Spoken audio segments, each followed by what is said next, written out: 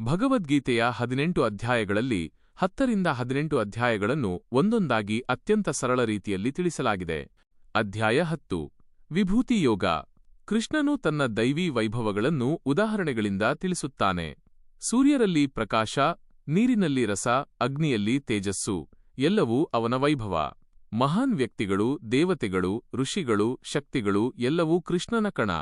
ಅರ್ಜುನನು ದೇವರ ಮಹಿಮೆ ಕೇಳಿ ಚಕಿತರಾಗುತ್ತಾನೆ. ಸೃಷ್ಟಿಯಲ್ಲಿ ಕಂಡುಬರುವ ವೈಭವ, ದೇವರ ಅಸೀಮ ಶಕ್ತಿ. ದೇವರನ್ನು ಅರಿಯಲು ಅವನ ವಿಭೂತಿಗಳನ್ನು ನೋಡಿ ಮನಸ್ಸು ತಿರುಗಿಸಬೇಕು. ಅಧ್ಯಾಯ 11 ವಿಶ್ವರೂಪ ದರ್ಶನ ಯೋಗ. ಅರ್ಜುನನು ಕೃಷ್ಣನಿಗೆ ನಿನ್ನ ದೈವೀ ರೂಪ ನೋಡಲು ಬಯಸುತ್ತೇನೆ ಎಂದು ಕೇಳುತ್ತಾನೆ. ಕೃಷ್ಣನು ದಿವ್ಯದೃಷ್ಟಿ ನೀಡಿ ತನ್ನ ವಿಶ್ವರೂಪ ತೋರಿಸುತ್ತಾನೆ. ಅನಂತ, ಪ್ರಕಾಶಮಾನ, ಭಯಾನಕ. ಎಲ್ಲ ದೇವರುಗಳು, ಲೋಕಗಳು, ಕಾಲ, ಸೃಷ್ಟಿವಿನಾಶ ಎಲ್ಲವೂ ಒಂದೇ ರೂಪದಲ್ಲಿ. ಅರ್ಜುನನು ಬೆರಗಾಗುತ್ತಾನೆ, ಭಯಪಡುತ್ತಾನೆ, ಕಣ್ಣೀರಾಗುತ್ತಾನೆ. ದೇವರ ಅಸೀಮ ಶಕ್ತಿ ಮತ್ತು ನಿಯಂತ್ರಣ ಸ್ಪಷ್ಟವಾಗುತ್ತದೆ. ಕೊನೆಯಲ್ಲಿ ಕೃಷ್ಣನು ತನ್ನ ಮಧುರ ಮಾನವ ರೂಪಕ್ಕೆ ಮರಳುತ್ತಾನೆ. ಅಧ್ಯಾಯ 12 ಭಕ್ತಿಯೋಗ. ಅರ್ಜುನನು ಯಾವ ಮಾರ್ಗ ಉತ್ತಮ, ರೂಪಭಕ್ತಿ ಅಥವಾ ನಿರರೂಪ ಭಕ್ತಿ ಎಂದು ಕೇಳುತ್ತಾನೆ. ಕೃಷ್ಣನು ಹೇಳುತ್ತಾನೆ, ಸರಳ ಮನಸ್ಸಿನಿಂದ ದೇವರನ್ನು ಆರಾಧಿಸುವ ರೂಪಭಕ್ತಿ ಸುಲಭ. ಭಕ್ತನ ಗುಣಗಳು ಅಹಿಂಸೆ, ಧರ್ಮ, ಶಾಂತಿ, ದಯೆ, ಸಮತೆ. ದೇವರ ಮೇಲೆ ವಿಶ್ವಾಸವಿಟ್ಟರೆ ಮನಸ್ಸು ಶುದ್ಧವಾಗುತ್ತದೆ. ನಿಷ್ಠೆಯ ಭಕ್ತನನ್ನು ದೇವರು ಎಂದಿಗೂ ತ್ಯಜಿಸುವುದಿಲ್ಲ. ಭಕ್ತಿ ಎಲ್ಲರಿಗೂ ಅನುಸರಿಸಬಹುದಾದ ಅತ್ಯಂತ ಸುಲಭವಾದ ಮಾರ್ಗ. ಅಧ್ಯಾಯ 13 ಕ್ಷೇತ್ರಜ್ಞ ಯೋಗ. ದೇಹವನ್ನು ಕ್ಷೇತ್ರ, ಅದನ್ನು ಅರಿಯುವ ಆತ್ಮವನ್ನು ಕ್ಷೇತ್ರಜ್ಞ ಎನ್ನುತ್ತಾನೆ. ಸತ್ಯ, ಶಾಂತಿ, ವಿನಯ, ಅಹಿಂಸೆ ಇವು ಜ್ಞಾನಕ್ಕೆ ದಾರಿಗಳು. ಪ್ರಕೃತಿ ಮತ್ತು ಪರಬ್ರಹ್ಮ ಎರಡೂ ಸೇರಿ ಜೀವನವನ್ನು ನಡೆಸುತ್ತವೆ. ಆತ್ಮ ಅನಾದಿ, ಶಾಶ್ವತ ಮತ್ತು ಬದಲಾಗದದ್ದು.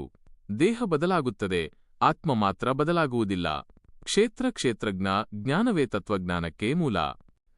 ಅಧ್ಯಾಯ 14 ಗುಣತ್ರಯ ವಿಭಾಗ ಯೋಗ. 3 ಗುಣಗಳು ಸತ್ವ, ರಜಸ್, ತಮಸ್ ಮಾನವನ ಸ್ವಭಾವ ನಿಗದಿಪಡಿಸುತ್ತವೆ. ಸತ್ವ ಶುದ್ಧ, ಜ್ಞಾನಪೂರ್ಣ. ರಜಸ್ ಆಸೆ, ಕರ್ಮಪೂರ್ಣ. ತಮಸ್ ಅಜ್ಞಾನ, ಆಲಸ್ಯ. ಸತ್ವಗುಣ ಹೆಚ್ಚಿದರೆ ಶಾಂತಿ, ಜ್ಞಾನಪ್ರಾಪ್ತಿ.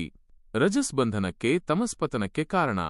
ಗುಣಗಳ ಮೇಲೆ ಏರಿದವನೇ ಮುಕ್ತನಾಗುತ್ತಾನೆ. ದೇವರಿಗೆ ಸಮರ್ಪಣೆ ಗುಣತ್ರಯಗಳನ್ನು ಮೀರಿ ಸಾಗಿಸುತ್ತದೆ. ಅಧ್ಯಾಯ 15 ಪುರುಷೋತ್ತಮ ಯೋಗ. ಜಗತ್ತು ಒಂದು ಅಶ್ವತ್ಥ ವೃಕ್ಷದಂತೆ, ಬೇರು ಮೇಲೆ ಶಾಖೆಗಳು ಕೆಳಗೆ. ಇದು ಮೃಗಜಾಲ. ಇದನ್ನು ಜ್ಞಾನದಿಂದ ಕತ್ತರಿಸಿ ಮುಕ್ತಿಗಮಿಸಬೇಕು. ಪರಮಾತ್ಮನು ಪುರುಷೋತ್ತಮ, ಎಲ್ಲಕ್ಕಿಂತ ಮೇಲೂ ಶಾಶ್ವತ. ಜೀವವು ದೇವರ ಕಣ, ದೇಹದಲ್ಲಿ ವಾಸಿಸುತ್ತಿದೆ. ದೇವರು ಎಲ್ಲ ಜೀವಿಗಳ ಜ್ಞಾನ, ಸ್ಮೃತಿ, ಮರಣಕ್ಕೆ ಕಾರಣ. ಪುರುಷೋತ್ತಮನನ್ನು ಅರಿತವನೇ ಪರಮಜ್ಞಾನಿ. ಅಧ್ಯಾಯ 16 ದೈವಾಸುರ ಸಂಪದ್ವಿಭಾಗ ಯೋಗ.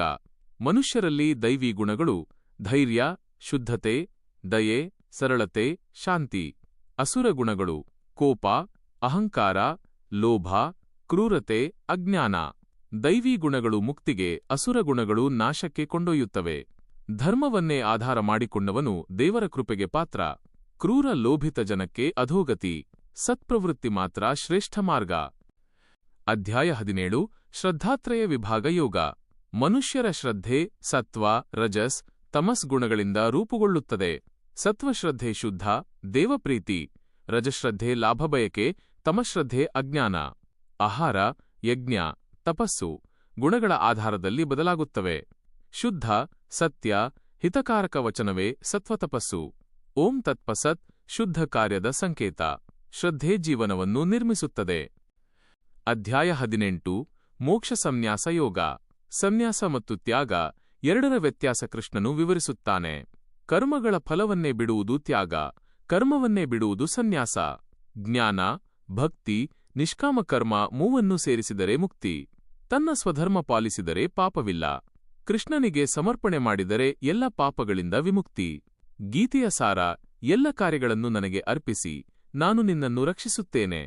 ಈ ಸಂಪೂರ್ಣ ಸಾರಾಂಶ. ಈ 9 ಅಧ್ಯಾಯಗಳು ಭಗವಂತನ ಸರ್ವೋಚ್ಚತೆ ಮತ್ತು ಭಕ್ತಿ ಮಾರ್ಗವೇ ಮೋಕ್ಷಕ್ಕೆ ಅತ್ಯಂತ ಸುಲಭ ಮತ್ತು ನೇರವಾದ ದಾರಿ ಎಂದು ಸ್ಪಷ್ಟಪಡಿಸುತ್ತವೆ.